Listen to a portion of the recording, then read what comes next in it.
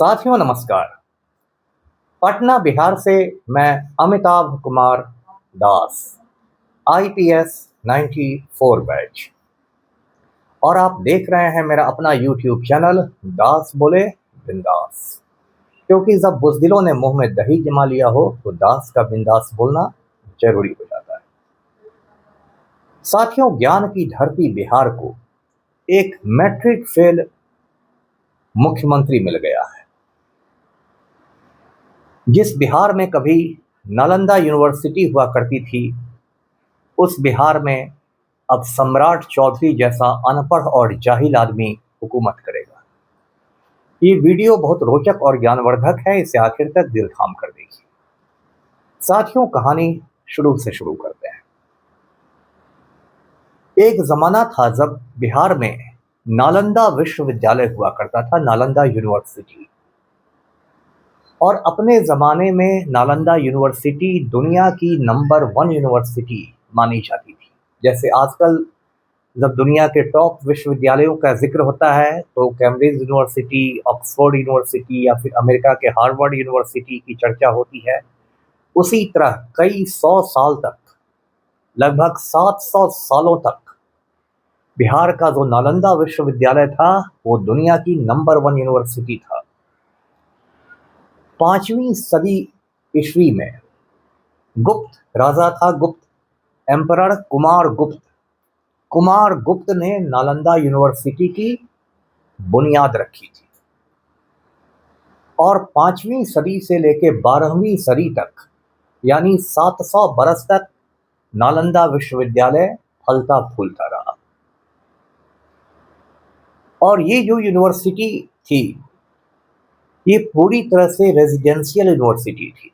हिंदी में कहें तो आवासीय विश्वविद्यालय था। यानी यहाँ जितने भी लड़के रहते थे, हजारों लड़के रहते थे दुनिया भर के, वो सभी छात्रावासों में रहते थे, हॉस्टल में रहते थे। और यहाँ पढ़ने के लिए चीन से बच्चे आते थे, मंगोलिया से, जापान, कोरिया, दक्षिण पूर्व एशिया, कहाँ कहाँ से लोग आते थे। और यहाँ एडमिशन बहुत ही कठिन था। मतलब नालंदा विश्वविद्यालय में आपका दाखिला हो गया, ये एक बहुत टेढ़ी खीर थी। इसके लिए इतना ज़्यादा एक कड़ी प्रतियोगिता परीक्षा थी, ऐसे ऐसे कठिन सवाल किए जाते थे। और नालंदा यूनिवर्सिटी में यदि किसी का दाखिला हो जाता था तो उस जमाने में बहुत इज्जत की बात मानी जाती थी। एक चीनी यात्री था, चाइनीज ट्रेवलर था, हुएन शांग, जो हिंदुस्तान आया था जब हर्षवर्धन का राज था। हुएन शांग ने भी नालंदा यूनिवर्सिटी में अध्यापन कार्य किया। उसने यहाँ पढ़ाया बच्चों को। और हुएन सांग के जो संस्मरण हैं उसमें उसने नालंदा यूनिवर्सिटी के बारे में बहुत सारी बातें बताई। अब आप सोचेंगे कि भाई इतनी ज़बरदस्त यूनिवर्सिटी थी, यहाँ तो पढ़ाई लिखाई में बहुत खर्चा पड़ता होगा। तो मैं आपको बता दूं कि यहाँ की जो पढ़ाई होती थी नालंदा यूनिवर्सिटी में, वो फोकट में होती थी। फोकट यानी फ्री ऑफ कॉस्ट, निःशुल्क पढ़ाई होती थी, मुफ्त में पढ़ाई होती थी। बिहारी स्टाइल में कहें तो मंगनी में लोग पढ़ लेते थे। इसलिए क्योंकि नालंदा यूनिवर्सिटी को हमेशा बड़े बड़े राजे महाराजाओं से बहुत ज़्यादा दान मिलता था और नालंदा यूनिवर्सिटी का खजाना हमेशा भरा रहता था। इसलिए यहाँ हज़ारों लड़के आते थे, उनके रहने की व्यवस्था, खाने का इंतज़ाम, सब कुछ था बिल्कुल फ्री। और ऐसा 1 नहीं, 2 नहीं, 3 नहीं, 700 बरस तक चला।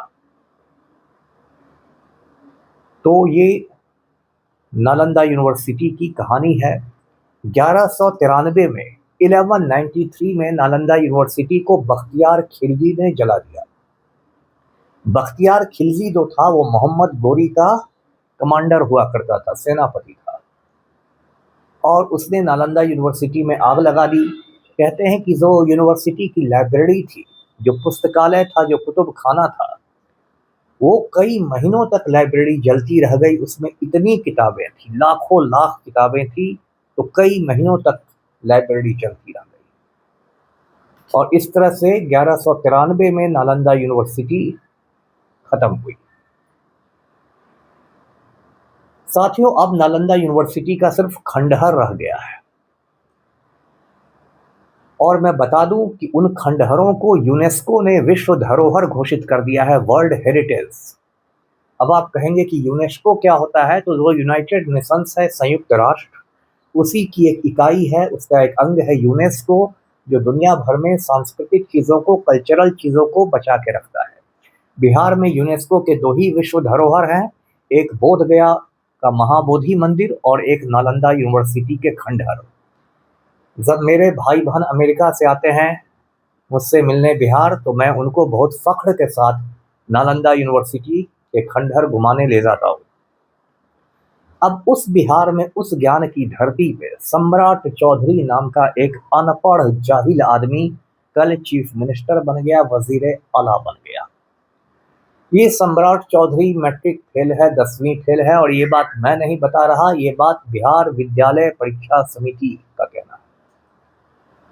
और ये सम्राट चौधरी कहता है कि मैंने तमिलनाडु के मदुरई की कामराज यूनिवर्सिटी से PFC किया है। PFC का मतलब है प्री फाउंडेशन कोर्स। तो ये सुनकर मैं चकरा गया, क्योंकि ऐसी डिग्री तो मैंने जिंदगी में सुनी ही नहीं थी। तो मैंने चैट GPT से पूछा कि भाई PFC क्या होता है। चैट GPT आप जानते हैं, AI टूल होता है, आर्टिफिशियल इंटेलिजेंस का।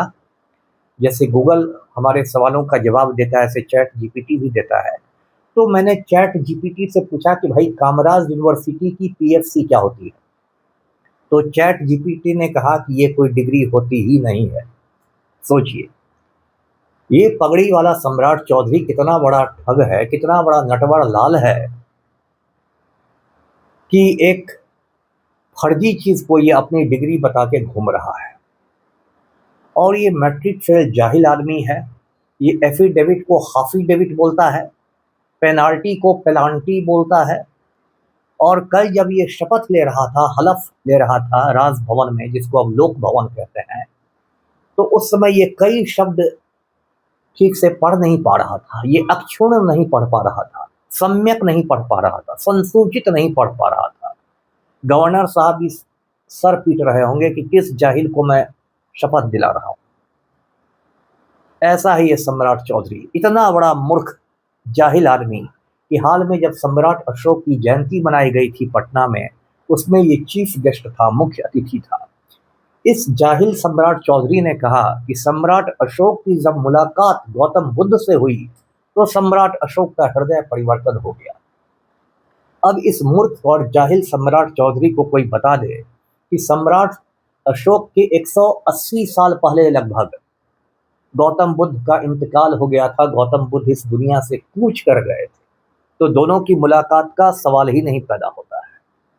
लेकिन बिहार की बदकिस्मती देखिए कि नालंदा विश्वविद्यालय की जो सरजमीन है, जहाँ नालंदा यूनिवर्सिटी हुआ करती थी, वहाँ एक पगड़ीधारी मैट्रिक फेल आदमी अब हुकूमत कर रहा है और बात बना रहा है। साथियों, अब आप पूछेंगे कि भाई इस अनपढ़ जाहिल मैट्रिक फेल आदमी को, जिसका आपराधिक इतिहास रहा है, जिसने 1995 में 7 लोगों का खून कर दिया था, उसको बीजेपी ने क्यों बना दिया चीफ मिनिस्टर। ये बिहार के इतिहास का पहला भाजपाई मुख्यमंत्री है। तो इसकी वजह है कि जो हमारा नालायक प्रधानमंत्री है दिल्ली में जो बैठा हुआ है, नरेंद्र मोदी, वो खुद अनपढ़ जाहिल है। मोदी कहता है कि 1978 में, 1978 में उसने दिल्ली विश्वविद्यालय में राजनीति विज्ञान में स्नातक किया। जब लोगों ने उसकी डिग्री मांगी तो डिग्री आज तक दिखा ही नहीं सका है। एक बार सोशल मीडिया पर उसका फर्जी सर्टिफिकेट वायरल हुआ था, तो उसमें सब्जेक्ट में लिखा हुआ था एंटायर पॉलिटिकल साइंस, मतलब संपूर्ण राजनीति विज्ञान। दुनिया के किसी कोने में ऐसे विषय की पढ़ाई होती ही नहीं। और ये नरेंद्र मोदी इतना बड़ा मूर्ख और जाहिल आदमी है कि ये 2 लाइन बिना टेलीप्रॉम्प्टर पढ़े नहीं बोल सकता है। टेलीप्रॉम्प्टर एक मशीन होती है, उस पर बड़े बड़े अक्षरों में लिखाता रहता है भाषण, और उसको पढ़ के मोदी बोलता है। एक बार मोदी का टेलीप्रॉम्प्टर खराब हो गया, तो उसने बेटी पढ़ाओ को बेटी पटाओ बोल दिया, मतलब अर्थ का अनर्थ कर दिया। तो जब जिस देश का प्रधानमंत्री ही इतना बड़ा मूर्ख और जाहिल हो, तो उस देश में जो मुख्यमंत्री होंगे उसकी पार्टी के, वो कितने बड़े मूर्ख और जाहिल होंगे, आप खुद समझिए। तो अब ये सम्राट चौधरी बन गया है बिहार का चीफ मिनिस्टर, वजीर आला, माननीय मुख्यमंत्री, और बड़ी बड़ी बात कर रहा है। अब अधिकारियों से कह रहा है कि फाइल मत लटकाओ। अरे फाइल पढ़ने का तुमको शौर ही नहीं है, तुम क्या समझोगे कि फाइल में क्या लिखा है क्या नहीं लिखा है। तो साथियों, बिहार की छाती पर सम्राट चौधरी मूंग दलने आ गया है। मैं उम्मीद करता हूं कि 6 महीने से ज़्यादा ये अनपढ़ और जाहिल आदमी बिहार का मुख्यमंत्री नहीं रहे। आप लोग भी इस दिशा में अपने स्तर से कोशिश कीजिए। वीडियो को लाइक कीजिए, शेयर कीजिए, चैनल को सब्सक्राइब कीजिए। धन्यवाद। जय हिंद।